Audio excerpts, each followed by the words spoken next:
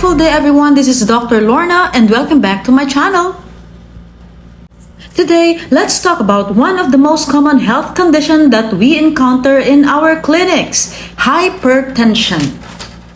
Without further ado, what is hypertension? Or ang tinatawag nating high blood. It is when the pressure in your blood vessels is too high. For example, blood pressure of 150 over 100. 150 is the systole. It represents the pressure of the heartbeats. The second number 100 is the diastole, represents the pressure in the vessel when the heart rests. Maybe you will ask me, Doc, what is the normal blood pressure? What I'm showing you right now is the latest JNC8 classification of blood pressure. Take a look at it. Do you have normal BP? Or are you prehypertensive? Do you belong to those who have stage 1 or stage 2 hypertension? Another question might be raised again. Doc, if I had a BP of 150 over 100 for the first time, will I classify myself as a stage 1 hypertension immediately?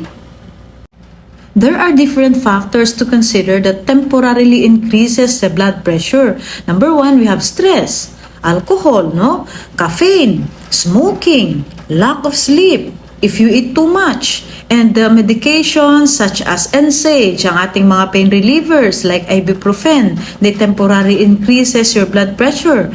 Another one, amphetamine, antidepressants, and yung ating mga birth control pills. But when hypertension is caused by another health condition such as chronic kidney disease, cardiovascular disease, or heart disease, stroke, certain tumors, thyroid problem, mga metabolic syndrome such as diabetic, obesity, sleep apnea, then hypertension must be addressed immediately. In the workplace, if the employee is not yet sure that he or she is hypertensive, then BP monitoring is really very important. We do it 2 times in a day, before the employee time in and before time out for 2 weeks. Now, what are the symptoms that we must have to watch out? Simple, headache, more on the neck pain na tinatawag natin. There is a chest pain also, dizziness, difficulty of breathing, nausea and vomiting, blurred vision or other vision changes, anxiety, confusion, buzzing in the ears, nosebleeds, and abnormal heart rhythm. It's true that lifestyle changes can help prevent and lower high blood pressure. Ano itong mga don't? Don't eat too much salty foods. Don't eat food high in saturated or trans fats. Don't smoke or tobacco use, Don't drink too much alcohol. And don't miss or don't share your medications.